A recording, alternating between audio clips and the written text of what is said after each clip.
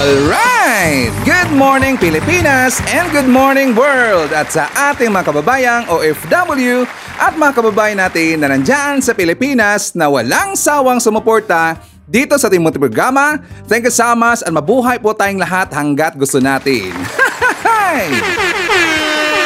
Well, anyways, tuloy-tuloy na po tayo sa tagababalita dito ng mga tamang balita at sagutin ang maling information na ipapakalat ng mga fake news peddlers ng mga anti-Marcos, lalong-lalo na doon galing po sa mga kwanggol ng mga vlogger baga-abayan. Yes, dapat silang sasagutin. Bakit?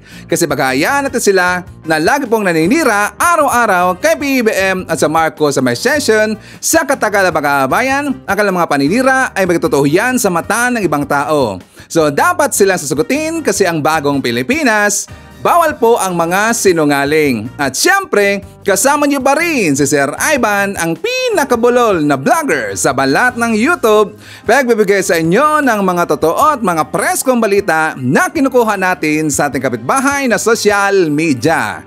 So magandang buhay sa ating lahat mga kabayan and a happy Thursday sa ating lahat. Okay, so before tayo mag-start mga kabayan, well, syempre, as usual, i-check muna natin ang mga nakapasok sa ating top 5 commenters doon sa ating last vlog.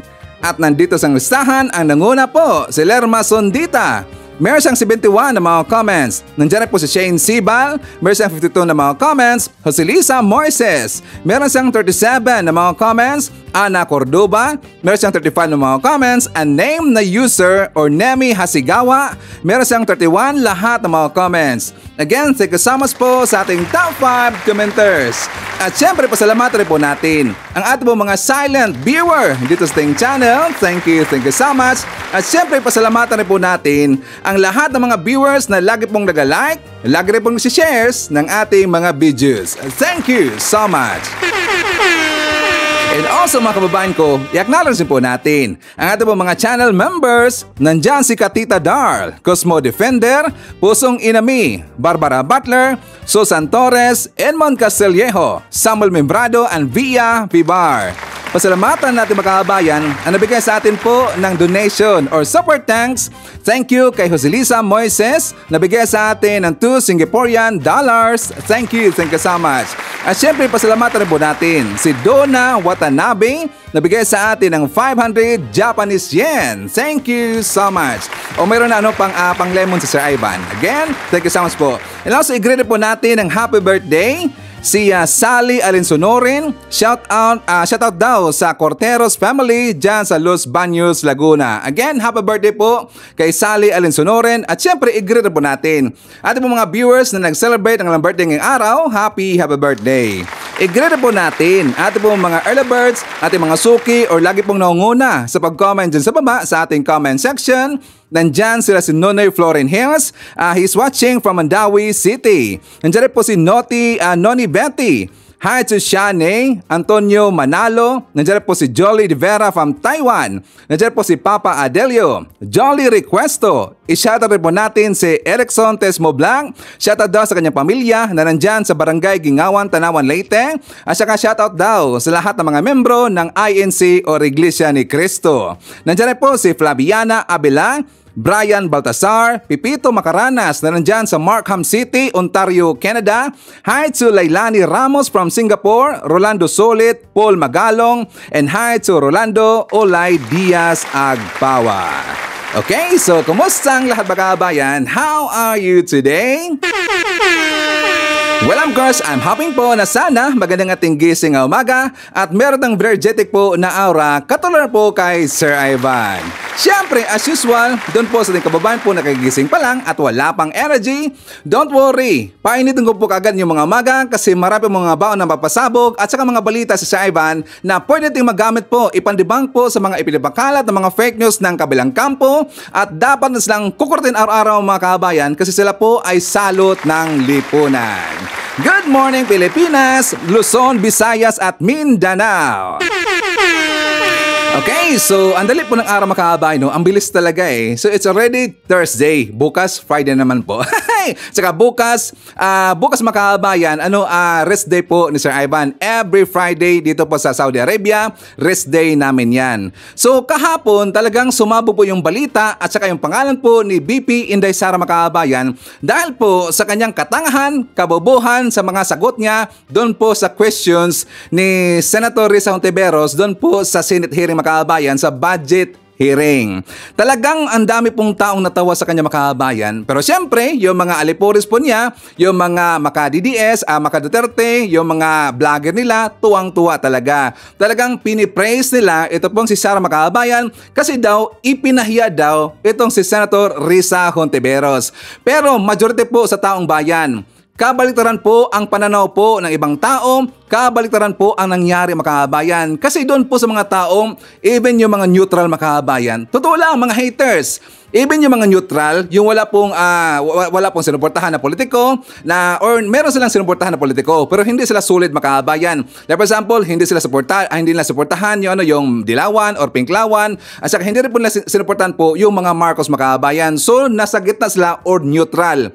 Kahit yung mga neutral, alam na lang po nila na pangit talaga yung ipinakita po na attitude ni Sara doon po sa budget hearing mga kababayan. Marami kong nabasa, kaya doon po sa mga post po doon sa mga balita, sa mga mainstream medias, or even doon po sa mga sikat ngayon ng mga lifestyle vlogger mga kababayan, yung hindi po hindi po political vlogger, yung mga lifestyle vlogger. Doon po sa mga comment sa baba kasi nga nakita po yung libro po ni Sara mga kababayan at saka pinag-usapan doon sa kanilang vlog. Meron po yung sikat po na lifestyle vlogger, ang napag-usapan na doon yung libro. Pinapatamaan po yung libro po ni Sara mga kababayan. Pero hindi siya direct talaga, iniba nila. Pero kapag isipin natin at saka intindihin po natin ang kanyang vlog mga kababayan, pati pong libro na pinakita niya, talagang si Pipi Sara po ang kailang pinapatamaan doon. Kasi nga 10 million pesos po ang budget po ng libro mga kababayan. So doon po sa mga comment nila, talagang wala pong pumanig. Talagang pinagtawanan ho nila itong si Sara mga kababayan. Sa mga haters, mo kaya tang kinuhig sa Ivan eh. Ang dami pong nag-message sa ating mga kababayan. Even doon sa 'di ba sa ating previous po natin na vlog, sa ating previous po na balita, pati rin po doon sa aking account mga kababayan sa Facebook, kinuhig sa Ivan. Siniraan ko daw si Sara mga kababayan. Pinagbantaan pa si Ivan, gonggong talaga eh. Ganon kasi yung mga tao. Mga kababayan na wala na mga argumento or naubusan sila ito ng paninira mga kababayan. So kapag sa feeling nila, maging dihado sila dito, dahil po naging dihado na ang kanilang sinuportahan po na poon, itong si Sara mga kababayan, so pangit na ang kanilang sasabihin. Wala na po sa topic mga kababayan. So wala na po sa hulog ang kanilang mga sinasabi, magbabanta na. Katulad nga kay Sara, 'di ba? Kung ano ang kanilang poon, ganoon rin po ang kanilang mga alipuros mga kababayan or yung mga supporters. Kapag hindi niya kaya nasagutin po yung question, like for example, doon po kay Risa Hontiveros, 'di ba? Biglang nagsegue si mga kababayan. Bigla siya nag-shift po ng ibang discussions kundi yung mga personal po na naratibo mga kababayan na instead na sasagot siya ng matino doon po sa question po na matino galing po kay Risa Hontiveros, sinagot niya ng pabalang mga kababayan.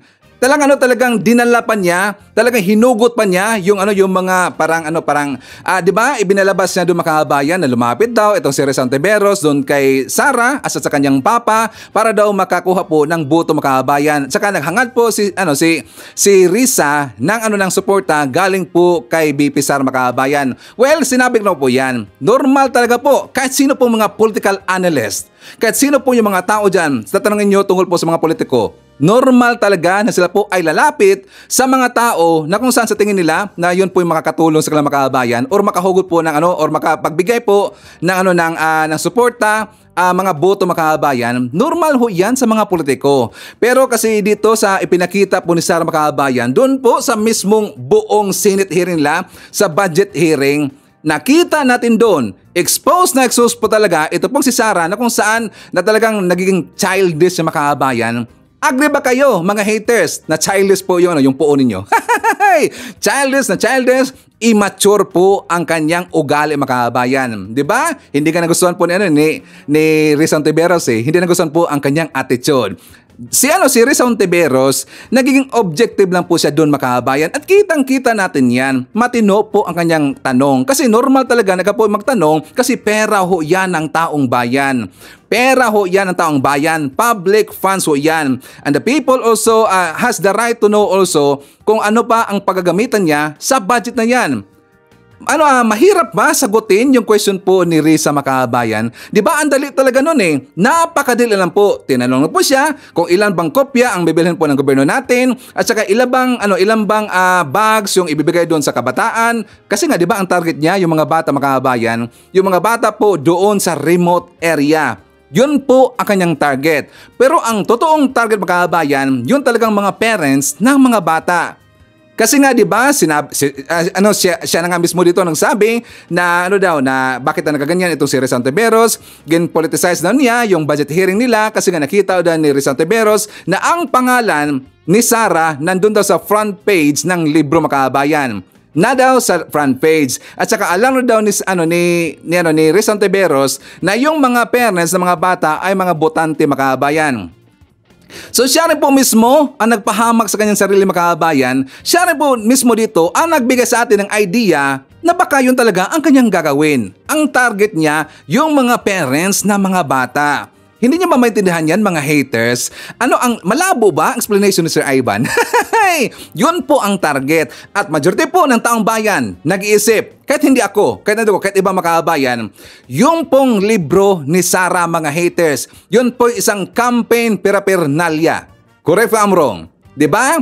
Yan po ay parang preparation yan sa darating po na eleksyon. Yan po ay campaign paraphernalia. Kaya sabihin niya na tulong na daw yan sa kabataan natin kasi nga yun po ibibigay na po niya makabayan para daw mahasa yung pagbabasa ng ating kabataan. I don't think so. Katangahan yon. Ang target niya, yung mismong parents po ng mga bata makabayan. Diba? So anyways, haters, napag-alaman po ni Sir Ivan kasi meron pong nakaabot sa atin na information galing po sa ating mga kaibigan po ng mga vlogger, galing rin po sa ating mga solid viewer dito. Again, thank you so much nga pala sa ating mga viewers dito na lagi pong napapadala sa atin ng mga balita, ng mga screenshots, mga videos at saka marami pang iba po ng mga informations na talaga pong nakakatulong sa ating channel. Thank you so much. Sabi pa nga ng mga haters mga kabayan, ang dami daw trolls sa ating channel. Kasi nga nakita doon nila na ang dami daw mga comments. Like for example po sa ating di ba meron kong top 5 commenters. Yung mga top 5 commenters na marami pong binatawan po ng comment dyan sa baba mga kabayan. Mga trolls daw. Ang dami daw trolls mga kabayan. I can assure you mga haters, mga bagong haters dito, yan po'y legit po na account. Totoong tao ho yan. Bakit marami silang comment? Kasi sila po ay galit na galit talaga. Nagpalabas po sa ito ng kalangsaman ng loob at saka pagkadisimaya dito po sa ating Vice Presidente na isang tanga. Ngayon, ito na. Kasi nga yung kinuyog niyo si Ivan. Well, anyway, sa paglaman horror po natin na yung libro pala ni Sara Duterte makabayan, di ba sabi niya sa babae na ang kwento ni Inday Sara Duterte. Ang kwento ni Inday Sara Duterte. Ang ibig sabihin, talagang inako niya makabayan, talagang parang kung sino mo makakabasa niyan, so ang gumawa talaga ng libro na yan, ito pong si Sara Duterte makabayan. Wala po tayo may isip po na iba na meron pala siyang kinopya na ibang libro makabayan. Di ba? Sino bang naisip na? Sino ba ang nakapansin niya makabayan? Nung una, kahit hindi pa po sumabog ngayon ang name po ni Andy Ronton makabayan. Di ba si Andy Ronton yung allegedly ngayon daw na kinupyahan dito ni Sara makabayan? Allegedly pa lang ho. Kasi siyempre, ang makapagbigay talaga dito po or makapag-decide, siyempre ang korte makabayan. Kung magkakaso na dito, ito pong si Andy Ronton makabayan. Sino si Andy Ronton, Sir Ivan? Sa hindi pa po medyo nakakilala po kay Randy Orton, Andy Ronton nga pala, siya po ay isang American writer. Isa po siyang author makabayan, and not just an author, siya po isang awardee po na author and writer makabayan. And also not just awardee, siya rin po isang graphic artist sa US. So siya po ay kilala makabayan. Kilala siya na isang writer. Marami siyang award makabayan, pero nakafocus lang po siya sa mga libro po na mga pambata. Sara, kaya mo ba yan? 'Di ba sabi mo, ikaw yung gumawa po ng libro mo, Kwento ni Inday Sara Duterte. Ikaw ba ang nag-drawing po ng ng graphics po ng ng owl, yung parrot at saka ano pa mga graphics nandun po sa kanyang libro mga kababayan? Siya ba ang gumawa niyan? Kasi mga kababayan ko, bakit ko tinanong yan? Kasi si Sara, nabasa ko doon sa balita doon sa PNA, siya pala'y nangarap. Siya po ay na-fulfill niya ang kanyang dreams mga kababayan. Ipakita ko sa inyo para hindi po tayo magkamali. Kasi nakita ko to dito po sa post po ng Office of the Vice President, BP Sara lunches isang kaibigan. Ito po yung last year mga kababayan. Sa November 22, 2023, sabi dito, Vice President Sara Duterte launched her book Isang Kaibigan. Isang kaibigan ba talaga? O isang kwago? Isang kaibigan, pero ang kaibigan si Xi Jinping at saka si Kibuloy mga kababayan. Dito at the Esteban Avada Elementary School in Quezon City. Drawing from her personal experiences and portraying the essence of true friendship. Dahil po ito po ay base daw sa friendship mga kababayan, ang kanyang libro. The book tells the story of a parrot helping an owl rebuild his home that was destroyed by a typhoon. So sabi dito sa baba mga kababayan, the Vice President was delighted to have fulfilled one of her dreams, writing a book. So siya pala po ay nangarap na magkaroon po siya ng libro o siya po yung writer ng libro mga kababayan. Writer ng libro? Duda ako dyan. Dudang-duda Sir Ivan dyan. Bakit? Kung sabi niya maging writer ng libro, dapat mayroong originality. Dapat hindi siya mangopya mga kababayan. Di ba? Kung gusto niyan pala mangopya, diba mag-vlogger ka na lang. Mag-vlogger lang sa mga kababayan kasi mga vlogger, marami pong kinopya. Isa po si Sir Ivan. Di ba? Gusto man. Kasi nga, yung libro po ni Andy Ronton mga kababayan, kopyang-kopya talaga yung konteksto. Hindi pa naman po talaga buong istorya as in niya parang kinapipaste lang mga kababayan. Hindi naman po kinapipaste. May iba rin po mga konteksto doon na kung saan iba rin po. Pero kung intindihan natin, tsaka babasahin po natin po yung buong istorya po ng Oli mga kababayan, which is kahawig talaga. Kahawig talaga po sa libro dito ni Sara Duterte. So kapag ito po yung makita po ni Andy mga kababayan, malamang sa malamang 99.1% na ito po'y makakasuhan siya ng plagiarism mga kababayan. Kamukhang-kamukha talaga sa hindi man sa front page pero doon na po sa mga ibang pahina na mga kababayan, kaparihang-kapariha talaga. Inibalan po niya yung ibang mga color ng owl at saka kasi doon merong worm, merong pong parrot, sa doon po sa kay owl mga kababayan, which is the same rin po. Andito kasi sa kay Sara is only yung parrot at saka yung mga kababayan, di ba yung parrot saka yung bird yata yon, pero yung sa owl talaga yon, which is kamukha po doon sa libro po ni Andy Ronton mga kababayan. Kamukhang-kamukha. Tapos sabi niya mga kababayan, kasi nga meron na siyang inilabas po na statement, iginit niya na hindi rin siya nangopya mga kababayan, kundi magkahalintulad lang. Kasi nga, sabi nito sa post doon po or statement doon po sa kanyang Facebook account mga kababayan sa Office of the Vice President na parang generic lang. Ay ibig sabihin generic po yung storya mga kababayan. Sabi niya, pahayag ukol sa paninirang puri gamit ang alegasyon plagiarism mga kababayan. I am sure baka itong si Pua, I think itong si Pua po ang nagsulat to mga kababayan. I think.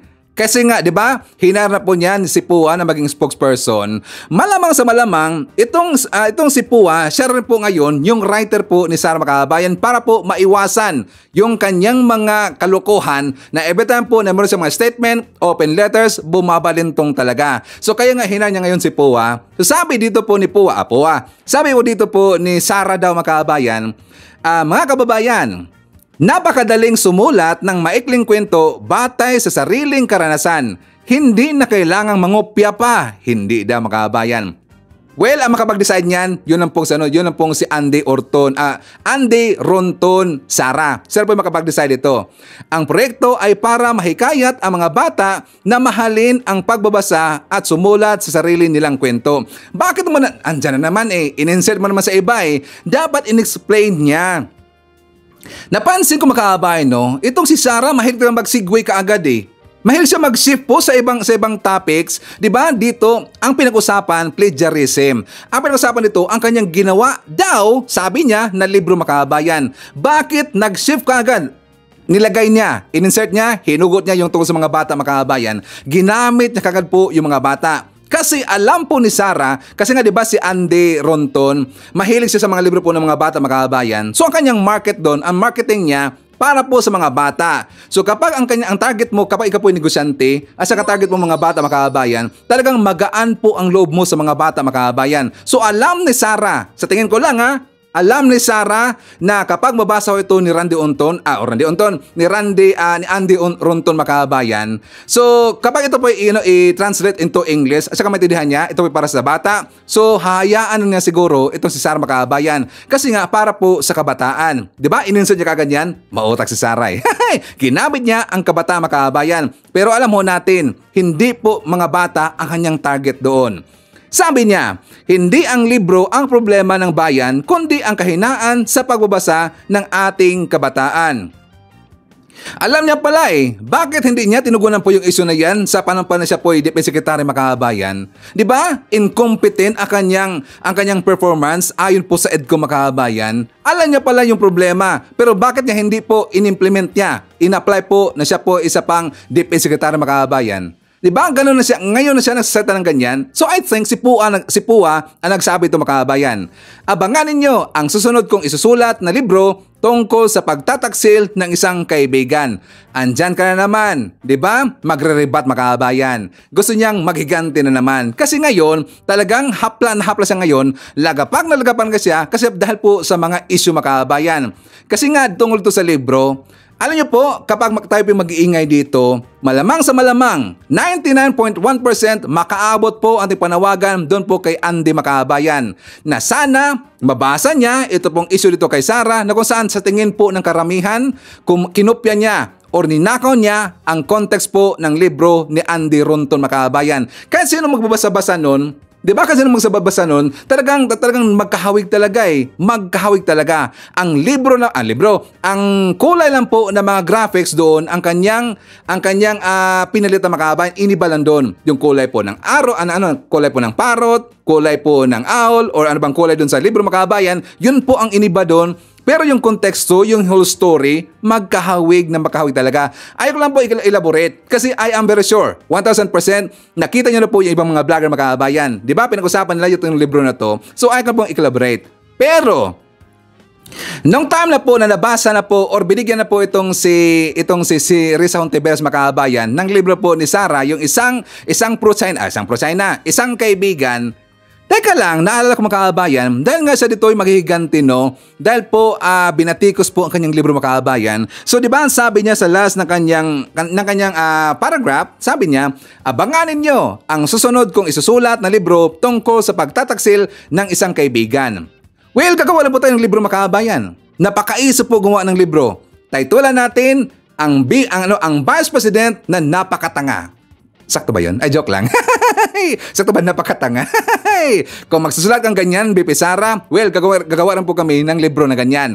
Ang Vice Presidente, ang pinakatangang Vice Presidente sa Pilipinas. Alam nyo na po ang sagot nun. Anyways, forward tayo makabayan. Kasi nung nabasa po, nagbasa-basa po si Risa Hontiveros po sa libro Makabayan, talagang natawa siya. Napansin ba natin? Like for example, doon na po sa portion na tinanong siya ng mga journalist makabayan na, ma'am, ano bang masasabi mo na mayroon pong malaking mukha ni Bibi Sara dyan sa likuran? Ito ang kanyang mukha makabayan. Natawa nga si Risa Hontiveros. Kahit sino naman, matatawa talaga makabayan. 'Di ba? Para sa bata, yung concept mo ng libro mo, pero ininsertan mo ng isang malaki pong mukha nandun po sa likod makabayan. So yan po ay early campaigning. Yan po ay campaign paraphernalia makabayan. Kahit anong gagawin dito ni Sarah, na sasabihin niya na ito lang po yan, ang purpose yan para sa bata. Well, para sa amin, yan talaga po ay serve as a campaign paraphernalia. Correct if I'm wrong, mga haters. So anyways, makabayan ko, ipakita ko sa inyo, ito pong naalala ba natin, 'Di ba sinabi nila doon sa video makabayan na ito daw si Risa Ontiveros sinumbatan daw ni Sara dahil daw lumapit sa kanya itong si Risa Ontiveros last 2016 sa panahon po ng event na yung Akbayan Congression Makabayan. Lumapit daw itong si Risa doon po kay Sara, doon po sa kanyang office, sa law office Makabayan para siya po hikayatin na siya po suportahan po ni Sara para po makakuha po ng boto Makabayan. Pero yan po inamin ni Sara na hindi pala niya tinulungan Makabayan. So saan doon ang utang na loob? Ibig sabihin, wala talagang utang na loob Makabayan. Wala pong utang na loob si Risa Ontiveros kay Sara kasi hindi naman siya tinulungan po ni Sara Makabayan. Pinaasa lang po. Ipakita ko muna sa inyo, ito pong sinabi ni Sara Makabayan. Siya po ay totoong kaibigang plastic. Humingi siya ng tulong sa akin, thinking na hindi mananalo si President Rodrigo Duterte. Kinausap niya ako ng kinausap doon sa law office ko sa Davao City. Sabi ko sa kanya, o sige, tutulungan kita. Chinika niya ako ng chinika. Tapos umalis siya. Siyempre, hindi naman siya tumutulong kay Pangulong Duterte. Hindi din totoo yung sinabi ko na tutulungan kita. Hindi din totoo yung sinabi ko na tutulungan kita.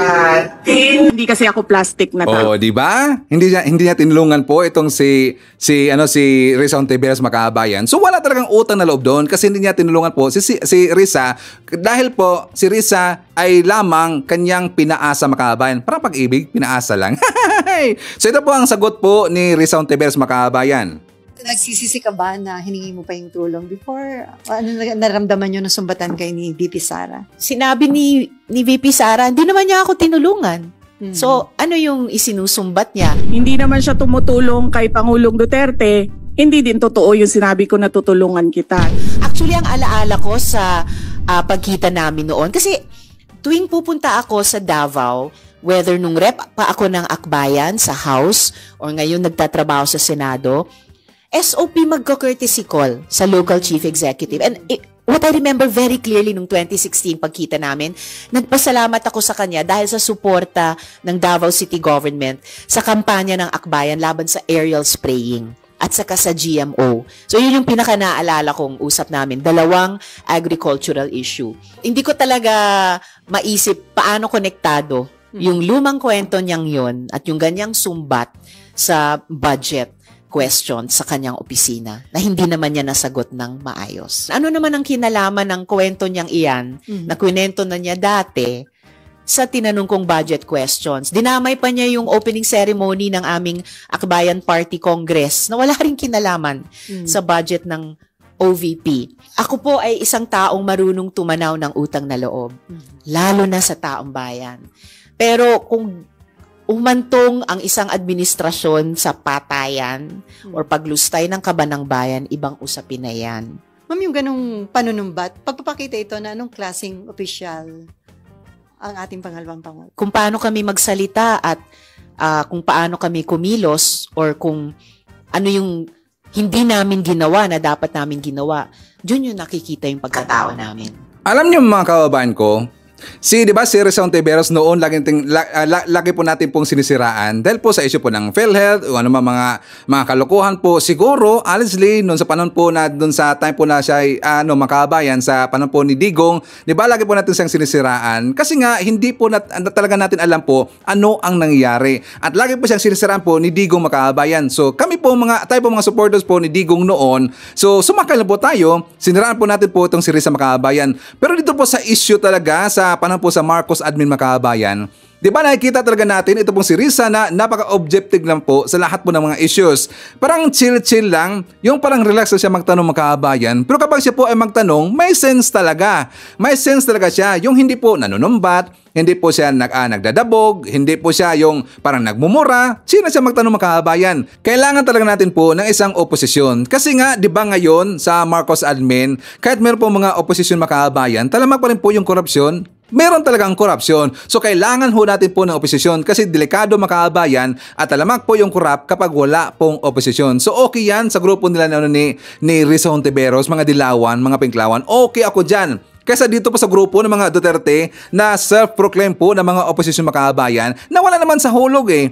Ang kanilang banat po sa gobyerno natin, paninira ng paninira lang po. Kasi meron silang personal na interest. Hindi po sila sa mga issues makabayan, kundi ang kanilang iniisip para po sa kanilang bulsa at para po sa kanilang power na naghangad sila na mababalik makabayan o maibabalik sa kanila. Yun po ang kanilang hangad. Unlike dito sa mga dilawan, mga pinklawan, issue-based sila. Di ba meron silang maganda po na mga naratibo makabayan at saka objective po ang kanilang ginagawa. Yan po ang magandang oposisyon, okay? So honestly, nagustuhan ko talaga itong si Risa Makabayan. So okay siya, nandyan po sa Senado kasi magiging balance yan eh. Magiging balance. Kapag walang oposisyon, hindi balance makabayan. So okay ho yan.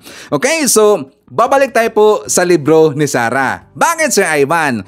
Kasi nga di ba si Sara, pangarap niya pala na magkaroon dito po ng libro makabayan. Gusto niya maging writer po sa isang libro.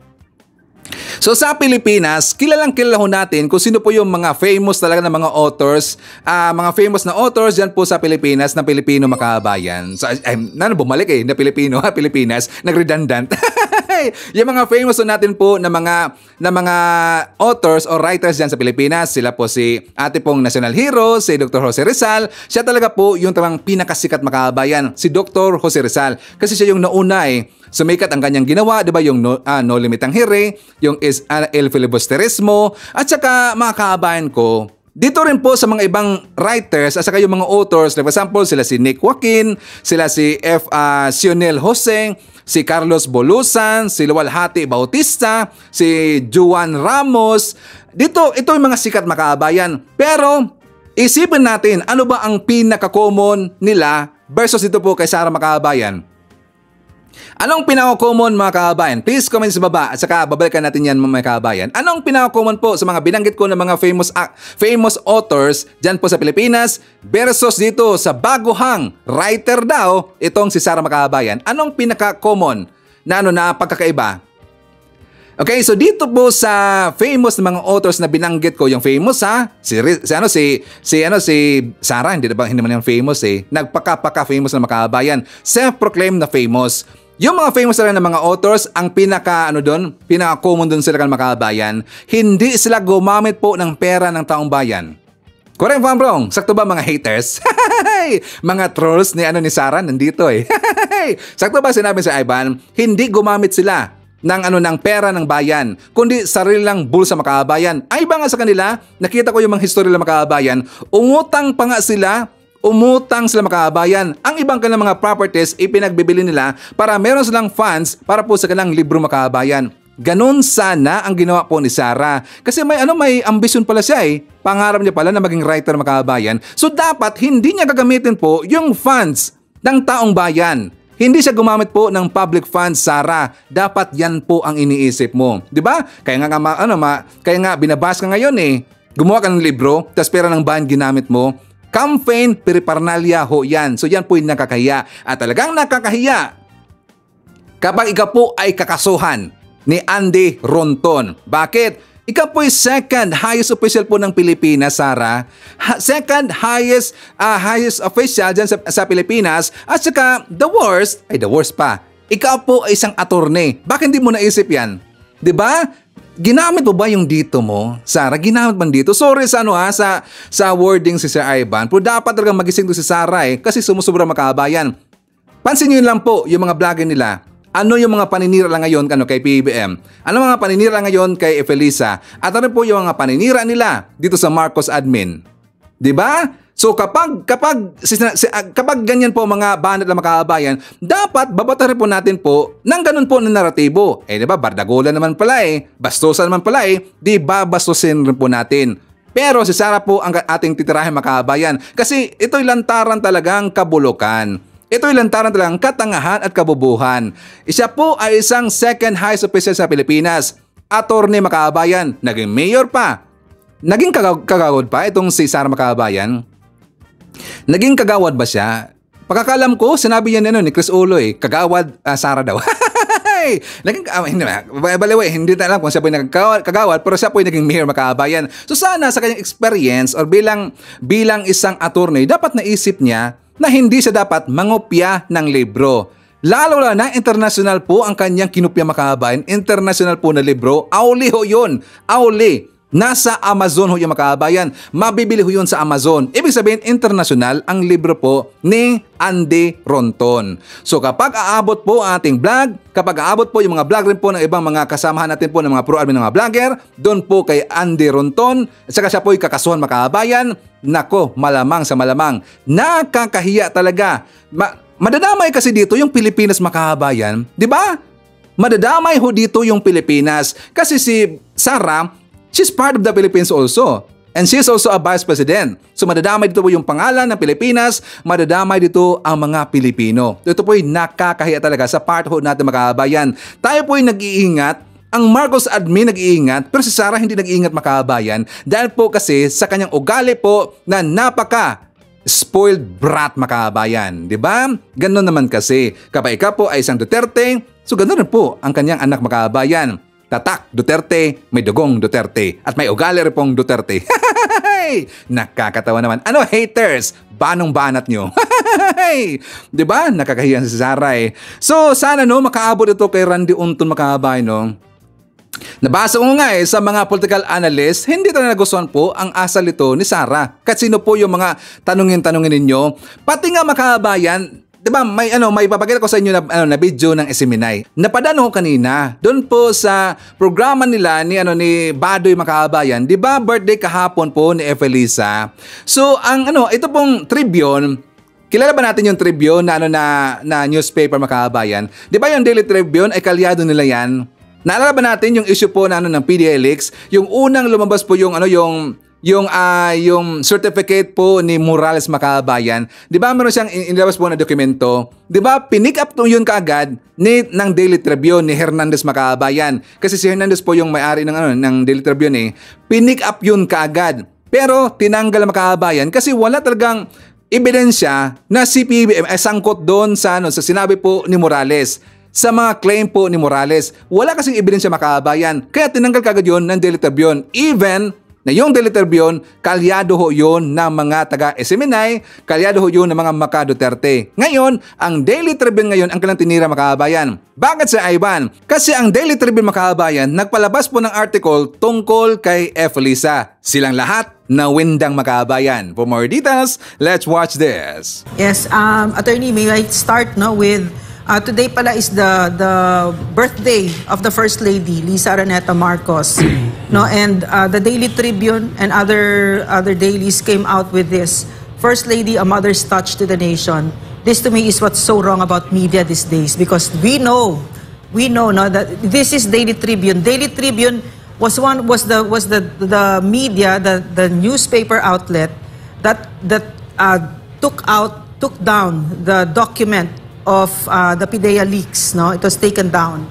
And then now, they don't even talk about burning issues of the day. They don't say that there is a whistleblower named Cathy Binag who has implicated the First Lady, and that implication, that the allegation is so serious that the First Lady is a cocaine abuser and that she offered Cathy Binag cocaine. And not only that, Cathy Binag, the whistleblower, has said that the First Lady time and again offers cocaine to other people's children, and that her children herself, her own children, are cocaine users.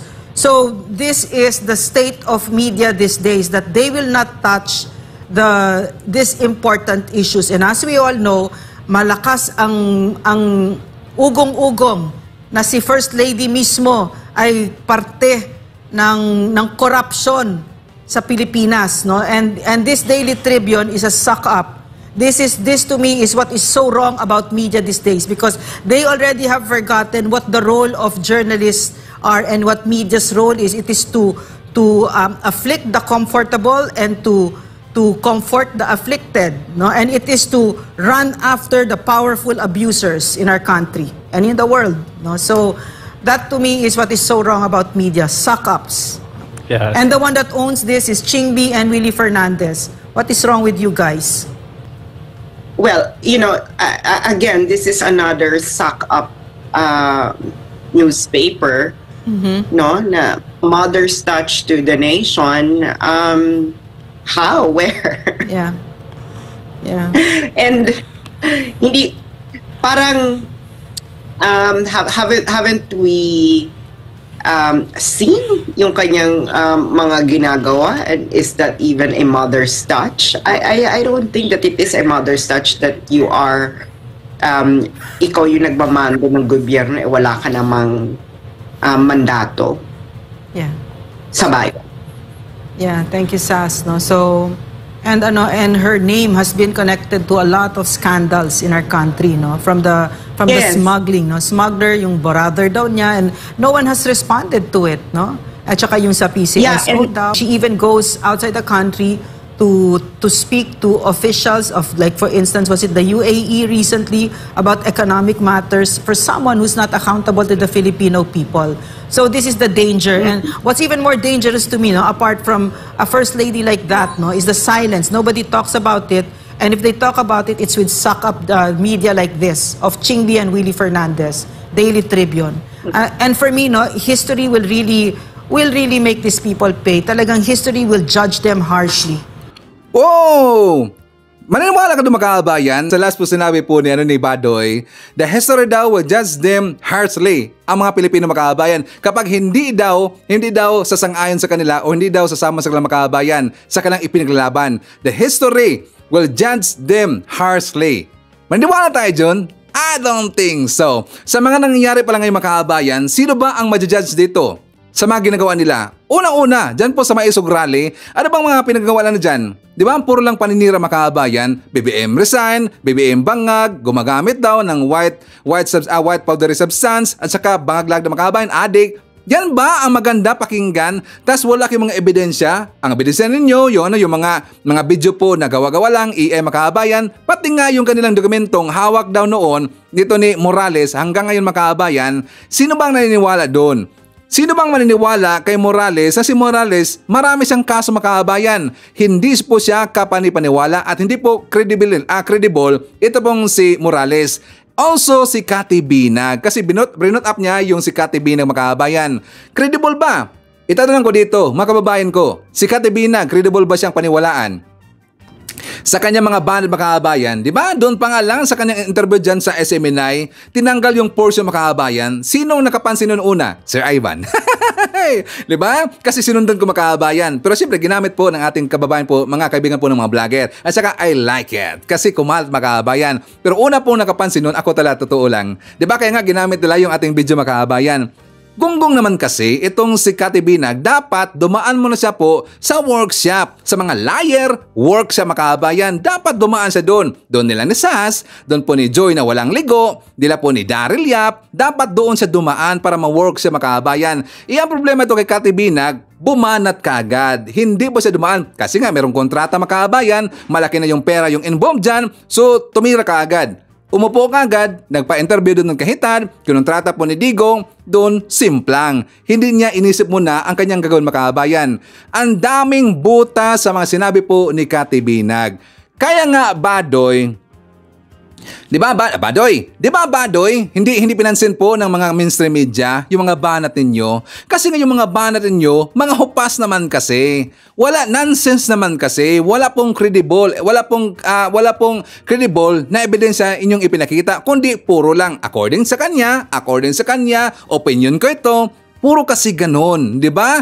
Magbigay kapag meron kayong mga akusasyon, dapat maganda ang inyo po mga ipe-present po na mga ebidensya bago ho yan ipipick up po ng mainstream media. Kasi ang mainstream media, hindi na po yan mga tanga. At saka ako po'y naniniwala. Alam ko po, nagkita po sa iba ng mainstream media. Ako po'y naniniwala ang mga mainstream media, yan po'y matatapang mga kabayan. Matatapang ho mga yan. Pero alam rin po nila sa kanilang code of conduct, code of ethics, na dapat sa katotohanan ho sila. Kapag meron sila nakita po ng mga issues nangyari, lalong-lalo na kapag involved na po yung mga si PB Makabayan, kapag involved na po ang mga leader natin, ito pong si Sara, si Efelisa, si PBM, o sino mang mga leader ho dyan sa gobyerno natin, kapag pipick upin lang yan, dapat meron po silang kakakibat na mga informations na credible makabayan. Hindi pong ganito nangyari. Yung mga insinuations, ikaw si Badoy, hindi niya alam, hindi niya naisip na, alam to ni Badoy, na bawal po sa mga journalist yung insinuation. Bawal na yan. Sa mga vlogger lang po yan.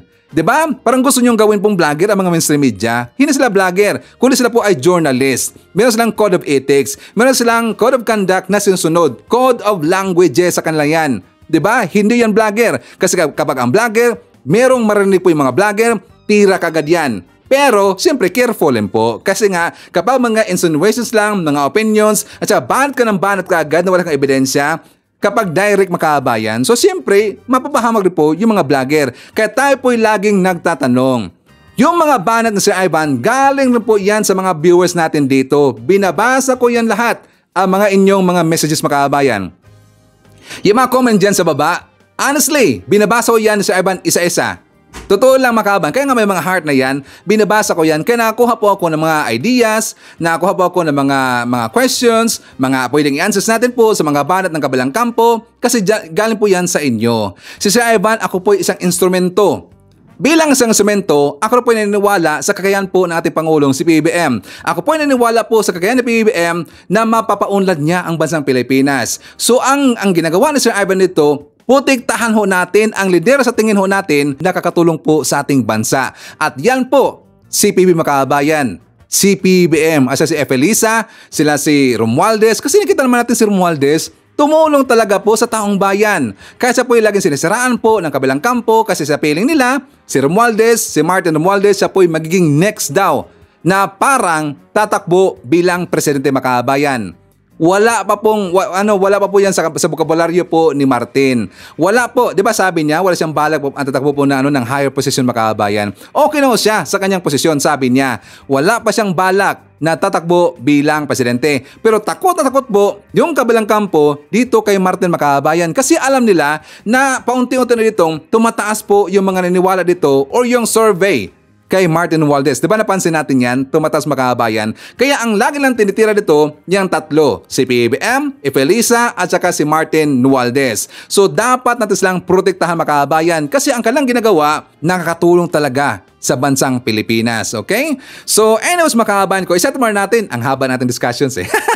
Isa-tumar natin, nandyan po si Aida Sinsuan, hi to Godiva Ichupas, hi to Antonio Payos, Bella Chu, Noel Narcida, hi to Dan, nandiyan po si Maria Marilyn Embido Bautista, i-shoutout natin si Analisa De Jesus, Masking Digma, Alex Gayadan, nandiyan po si Romel Saire, hi to Emer Madrigal, nandiyan po si Marites Tolentino, William Esteban Berdogo, Othello Liam Diestor from Iloilo City, hi to Rodolfo Porting, si Mizo LB, Alicia Leak, hi to Eduardo Narvaez, Junis Jax, Merna Borromeo, Beth Modesto, nandiyan po si Wing Salvatierra, Elsa Hoffman, Nonski Pasamonte, Paddy Perlas, Apple Nash, and hi to Janet D. Narvaez. Okay, so ipapakita ko muna sa inyo makabayan ang ating pong good news. Mukhang nakalimutan na sa Ivan eh. Para at least po malaman ng mga haters natin dito na meron pong tinatrabaho ang ating Pangulong si PBBM. For more details, let's watch this. Pumalo na sa 12 billion pesos ang kabuang halaga ng mga naihatid na programa at serbisyo sa taong bayan sa ilalim po ng bagong Pilipinas Serbisyo Fair. At para higit pang mapigting ang paghahatid ng benepisyo, isang panukalang batas ang isinusulong para rito. Si Alan Francisco sa Report Rise and Shine, Alan. Ipinagdiriwang natin ngayon ang gabi ng pagkakaisa, ang tagumpay ng bagong Pilipinas Serbisyo Fair. Ang BPSF ay naging simbolo ng ating pagbibigay serbisyo sa ating mga kababayan. Lalong-lalo na yung mga nasa malalayong lugar ng bansa na kung minsan hindi nararamdaman ang tulong at serbisyo ng pamahalaan. Si Pangulong Ferdinand R. Marcos Jr. ang nanguna sa bagong Pilipinas Serbisyo Fair o BPSF Agency Summit sa PICC kagabi. Layo ng programang ito na tipunin ang mga ahensya ng gobyerno at iba pang kapartner para mapalakas pa ang paghatid ng serbisyo at tulong sa mga Pilipino. Kung maalala, isang taon na buhat ng simula ng programang ito na naghahatid at naglalapit ng mga tulong at serbisyo sa tao. Ibig sabihin, nagpupunta ang programa sa iba't ibang bayan o probinsya ng bansa, malapit man ito o malayo. Mula dun sa amin sa Ilocos Norte hanggang sa Tawi-Tawi, nalibot na ng BPSF ang iba't ibang probinsya. Nakadana ang BPSF sa 21 probinsya sa loob lamang ng 1 taon. Dahil sinimula natin to, wala pang 1 taon eh. Ayon kay Pangulong Marcos, pumapalo na sa 12 bilyong piso ang kabuang halaga ng mga serbisyo na naihahatid ng programa sa taong bayan. Nakapagbigay tayo ng lagpas 12 bilyong piso na halaga ng serbisyo at halos 5 bilyong piso na tulong na pinansyal sa humigit kumulang 2 milyong beneficiary. Nagpasalamat din ang Pangulo sa mga local government units na kapartner ng national government. Hinikayat na rin ng mga LGU na gamitin ang teknolohiya upang mas mailapit sa mga tao ang mga programa ng pamahalaan. Binigyang pagkilala rin ang mga kahangahangang ahensya na katuwang ng BPSF National Secretariat sa paghahatid ng maaasahang serbisyo. I'm very happy that the Bagong Pilipinas Servicio Fair, a visionary initiative under the leadership of President Ferdinand R. Marcos Jr., is much more than a program. It is a living embodiment of our collective dedication, bringing government services directly to the people, ensuring that no one is left behind, no matter how remote or underserved their community may be. Ayon kay BPSF National Secretariat Lead at House Deputy Secretary General Sofonias Gabonada Jr., sa mga susunod na araw at buwan, marami pang ibang lugar na bibisitahin ng Bagong Pilipinas Servicio Fair. Sa katunayan, itinutulak nila ang pagbuo ng isang panukalang batas para rito. We are proposing to the Speaker, to the House Speaker, ngayong umagang to, na ibalangkas ang batas Bagong Pilipinas Bill. Nandun ang pagpuputap ng Bagong Pilipinas Servicio Center, Bagong Pilipinas Tulong Centers, at paggawa ng mekanismo kung saan nag-uusap-usap itong mga ahensya doon sa convergence sa mga programa. Kasi may mga programa talaga na nangangailangan ng ibang ahensya to make it maximize para ma-fully utilize yung resources ng gobyerno. Isa sa mga ahensyang palaging naghahatid ng iba't ibang serbisyo sa BPSF, ang Department of Migrant Workers. Pangako ni DMW Secretary Hans Leo Hakda, makaaasa ang publiko na sa mga susunod na caravan nito, tuloy-tuloy pa rin ang paghahatid nila ng iba't ibang tulong.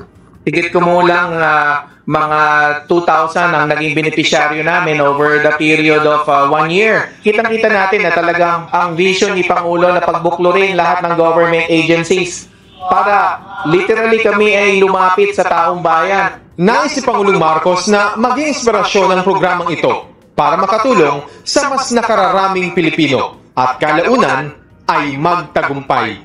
Epektibo na ang pamamahagi ng expanded healthcare benefit para sa ating mga public school teacher. Ayon sa Education Department, pagkisimulang makatanggap ang mga guro ng 7,000 piso sa susunod na taon. Yan ang ulat ni Kenneth Pasyente. Aminado si Alan na sa 18 taon niya bilang guro, hindi maiwasan na magkaroon siya ng sakit dahil na rin sa bigat ng responsibilidad bilang guro. Kwento niya, minsan ay problemado siya kung saan huhugot ng pampacheck-up, lalo't 500 piso lamang ang aprobadong medical allowance ng mga guro noong 2020. Hindi naman namin mararamdaman po yun kasi ano ba naman ang 500 pesos sa ngayong panahon? Kahit na physical education po namin, kulang pa po yung 500 pesos na gagastusin. Physical check-up namin, annual PE namin, taon-taon po yun. Di namin nararamdaman yung 500 pesos. Ang hinaing na yan ng mga guro tulad ni Alan, tutugunan na ng pamahalaan.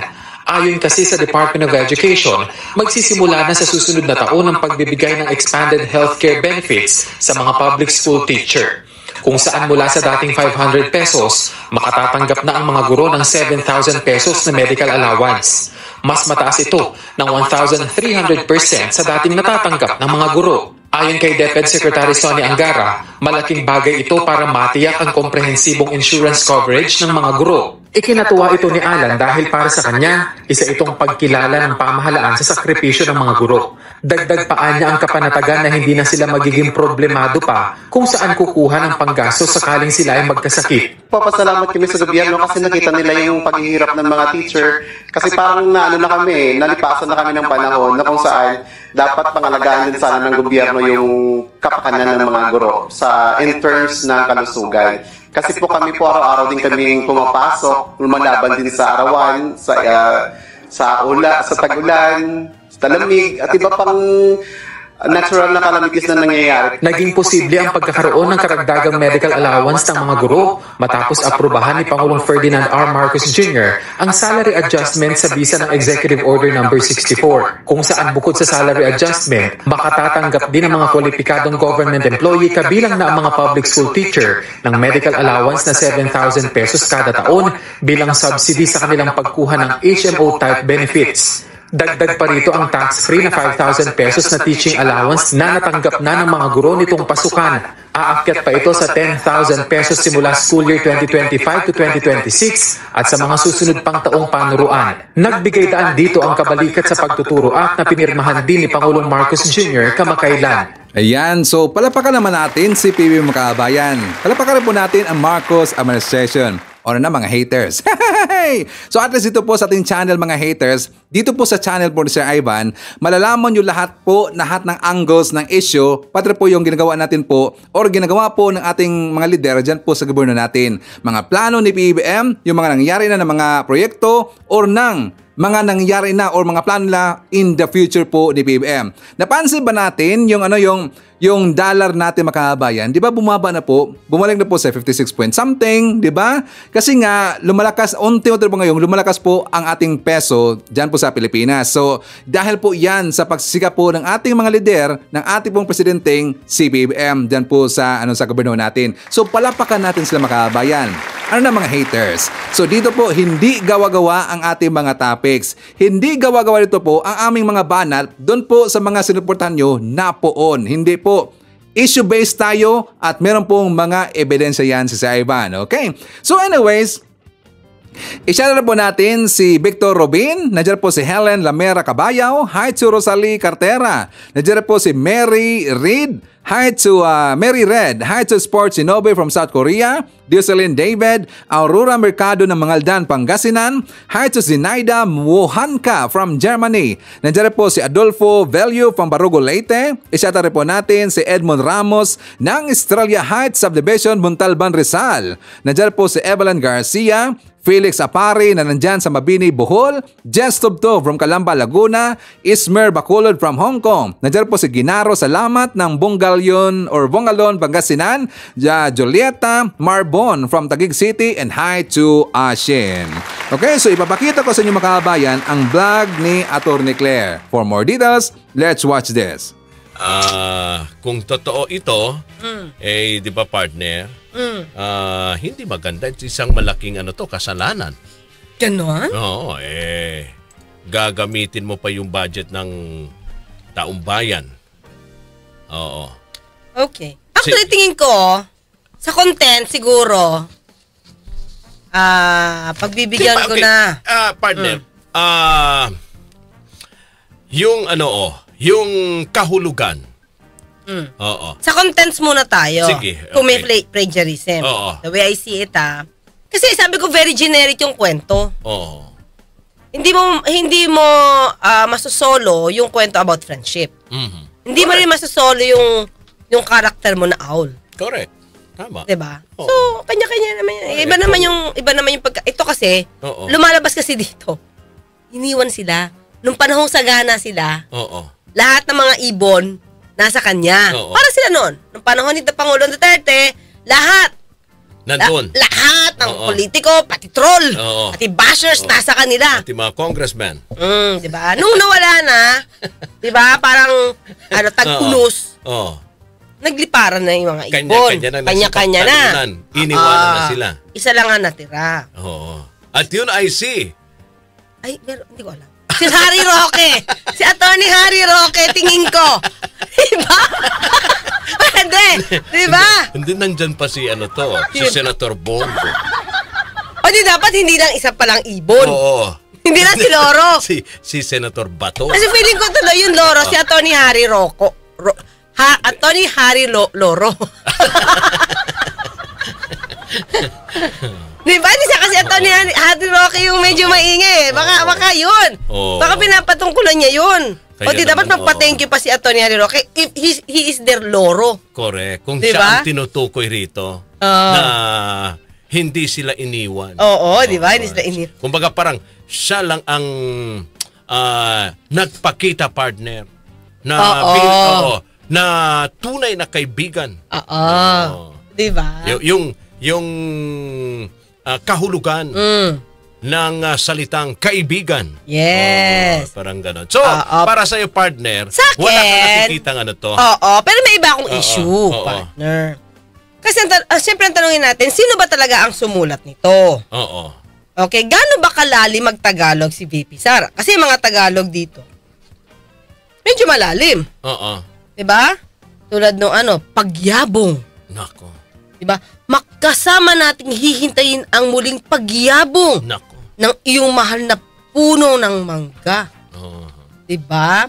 Kasi ano pa ba? Ayan ang Lor Ania. Lor Ania. The problem is, partner, parang maraming mali rito mga period, comma, na tingin ko dapat naayos kasi bata yung... Correct. Hindi lang naman basta yan gusto mo lang ibigay at pabasahin sa mga bata. Tulad dito. Ito dito sa page nito, page 6. Sabi niya, Lor, comma, Ania, period. That's a phrase. Period ka lang. Lor, Ania, period. So mali. Lor, Ania. Ania. Ikaw ay tunay na kaibigan, period. Ang pagkakaroon ng isang kaibigan sa panahon ng unos ay higit na mahalaga kaysa sa 1,000 kaibigan sa panahon ng kasiyahan. Meron pang isang mali dito, partner. Ito sure ako mali. Hindi man ako ganun kagaling, pero may mali. Ito. Basahin natin page 2. Page 2. Sige. Okay, sabi buksan niya. Buksan nyo sa page 2. Ayan, ang mga bata, buksan nyo sa page 2. Ay, hindi bata. Mga nanay. Correct. Kasi hindi man babasahin ng bata to. Mga nanay, basahin nyo sa mga anak nyo ang page 2. Okay. Ang mga nanay na sinabi ni VP Sara na siyang mga butante. Diba? Na siyang, makakakita, mapapansin yung kanyang pangalan nandun sa libro. Hindi lang pangalan. Pati mukha niya. Pati. At merong phrase. Sino? Siya ay... Sino? Siya ang tunay na kaibigan. Meron dyan partners na may kanyang pangalan Wait, sa baba. Hanapin nga natin. Tingnan mo. Normal naman yan para sa isang libro na nandun yung partner. Yung larawan ng manunulat. Pero alam mo na yung alam mo na tema nun. Lalagyan mo na ito ang isang tunay na kaibigan o isang kaibigan. Alam mo na ibig sabihin nun. Ito mga ka-UB. Page 2. Ito siya'y sagana sa pagkain at kaibigan, at ang kanyang tahanan ay laging bukas para sa masasayang salo-salo. Salo-salo ba? Salo-salo? Di ba dapat salo-salo? Oo. Natin. Mga kayubi. Salo-salo. Okay. Dapat normal na ginagamit is salo-salo. Oo. Okay, salo-salo kapag may hyphen. Okay? Pero pag wala, salo-salo. May gumagamit ng salo-salo. Depende sa sentence siguro, partner. Depende, siguro. No. Well, anyway, yon. Isa lang na may nakita ko. Baka naman baka interchangeably, pwedeng salo-salo. Piging. Diba? Salo-salo. Tapos, may isa pa dito Okay. Sandali, meron pagkakaiba dito, Wait. Tingnan natin yung ginawa sa libro. Meron dito pagkakaiba. Okay. Bukas para sa masasayang salo-salo. Salo-salo. Ang nakalagay dito sa definition, ang salo-salo ay piging o handaan. May simpleng salo-salo sa kaarawan ko. Ang salo-salo, magkakasama. Magsalo-salo tayo sa dala kong foods. Ay, kaya nga, depende sa context. Sa context, diba? Oo. Okay. So, salo-salo. Pwede. Masasayang, laging bukas para sa masasayang salo-salo. Oo. Piging sa handaan. Kasama ito siguradong hindi tama. Kasama sila, wak. Dapat sina. Oo. Diba? Kasama sina uwak, tikling, kalapati, loro, at marami pang ibon. So, yun mga petty-petty, pero dapat makorek kasi bata. So talaga, sabi mo magbabasa with the, sabi mo the nga partner parents. kanina, medyo duda ka, baka kung talaga bang si BP Sara ang nagsulat. Nagtatanong lang. Oo, nagtatanong lang. Kasi malalim kasi, malalim na. Pero sa napansin at napuna mo, baka talagang si BP. Kasi may mali. Kasi hindi naman talaga siya ganun fluent sa Tagalog. Saka maliban dito, may sunulat na ba siya? Writer na ba siya talaga? Kasi... Oo. Diba? Malay natin, baka may mga sinulat din siyang mga libro na dati. Dun sa Davao. Hindi natin alam partner. Oo. So, anyway, again, sa iyong opinion, hindi walang plagiarism. Hawig siguro, pati kulay. Kasi medyo hawig yung kulay eh. Baka nga dun baka nga dun medyo pinattern. Pero yung kwento, I think generic kasi. Saka hindi naman siguro naramdaman ni Andy Ronton. Yung sa kanya, yung pag-iwan ng mga kaibigan katulad na naranasan ng mga Duterte. Oo. Iba naman yung personal experience. Sabi ni Senator ni VP Sara, hindi yan plagiarism, personal experience yan, no? Wala makakatalo sa personal experience. Binuhos ko lang rito sa libro. Ang sama ng loob ko. Hindi naman yun hindi naman din yun ang ramdam ni Andy. Lalo ngayon, meron siyang naamoy na gusto siyang tanggalin, partner. Oo. Sabi naman ng mga taga-loob, taga-house, wala naman daw silang binabalak. Ito lang kung totoong walang binabalak, let's wait and see. Diba? Kung wala naman talaga binabalak, bakit ito pinapaingay? Okay? Bakit ito pinapaingay? Kung wala talaga kasi ang dami-dami pinapaingay nung kampo ni ni VP Kesyo, sususpend si Baste. Wala naman. Diba? Kesyo ngayon, i-impeach. Ang daming mga Sa anong ground? Ang tingin ko kasi, gusto nilang ipakita sa tao na ginigipit sila. Okay. Yun lang yun. Tapos syempre, pag sino yung underdogs, siya yung kakampihan ng taong bayan. Kumbaga parang paawa effect. Paawa effect sa akin. Kung wala naman talaga Kasi ang sabi sa House, nung nagkaroon nga daw ng meeting tungkol sa pag-line up, wala nga daw sila napag-usapan about the impeachment. Ng senatorial slate partner ng administrasyon for 2025. For 2025 midterm. So, yun lang naman ang pinag-usapan Di ba? Parang ang dami-dami kasi in-issue na hindi naman nangyayari katulad ngayon kay Baste. Pinaingay yun natatanggalin. Di ba? Mga kababayan ko, masyado pong ipinahiya po ni atong Claire, itong si BP natin. Mabait po na BP natin.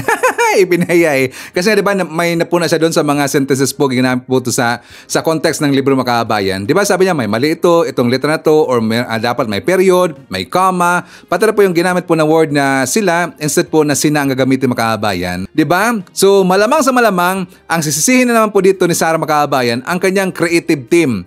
Kasi meron siyang creative team Dahil po, bakit hindi naman siya humingi ng advice, or baka nagkipag-coordinate po sa mga magagaling na po ng mga writer, or magagaling po sa mga Tagalog, dapat nakikipag-usap siya doon. Pero dito sa kanyang ginawa dito na pangungopia ng alang, kinukopia ng alang niya, yung libro po ni Andy Ronton Makabayan, or baka Google Translate lang, kopya yung word po kay Andy Ronton na auli na libro, tas Google Translate into Tagalog, kopya, punta po doon sa kanyang libro ng Makabayan. Baka ganun nangyari. Kaya nagkamali-mali po yung grammar ng Makabayan. Sakto ba? Sakto mga haters.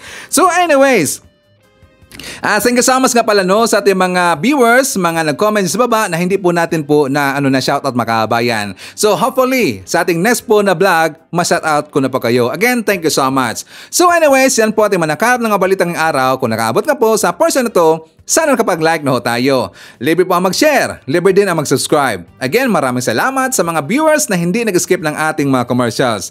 Thank you so much.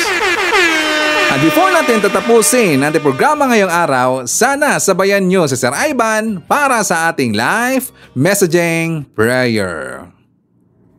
Dear God, muli lumalapit ako sa iyo upang ipagdasal ang aking minamahal na pamilya.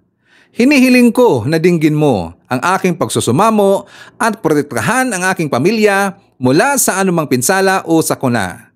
Naway bigyan mo po sila ng karunungan at pag-unawa upang makagawa ng mga desisyon at pagpili sa lahat ng bagay. Naway alisin mo ang anumang pagkakabahabahagi at salungatan sa amin at punuin ang aming tahanan ng pagkakaisa at pagkakasundo. Naway ipalaganap mo ang kapayapaan at kagalakan sa aming tahanan. At naway ang iyong pag-ibig ay tumagos sa bawat sulok ng aming sambahayan. Papuri sa iyo. Idinadalangin ko ito sa ating Panginoong Jesucristo. Amen.